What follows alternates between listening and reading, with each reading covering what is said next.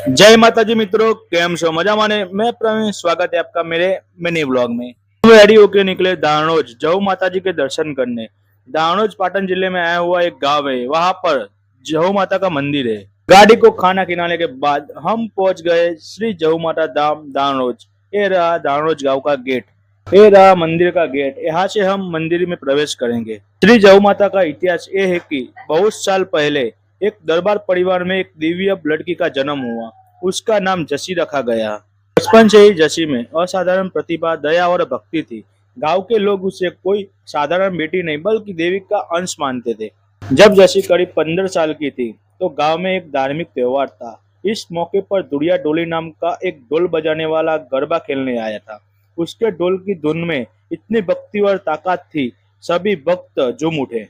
जसी भी गरबा में इतनी खो गई कि उसे समय का पता नहीं चला। रात खत्म हो गई और सुबह हो गई, फिर भी वह गरबा खेलती रही। उनकी माँ ने उसे कई बार घर आने के लिए कहा, लेकिन जसी ने उनकी एक न सुनी। आखिर में गुस्से में उनकी माँ के मुंह से ये शब्द निकले, अगर तुम घर नहीं आना चाहती तो दुड़िया डोली के साथ चली जा। भारतीय संस्कृति में माता पिता की बातों को वादा माना जाता है।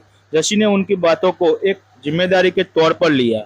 सुबह वो दुड़िया डोली के पीछे चली गई। दुड़िया डोली ने पीछे मुड़ा तो हैरान हो गया।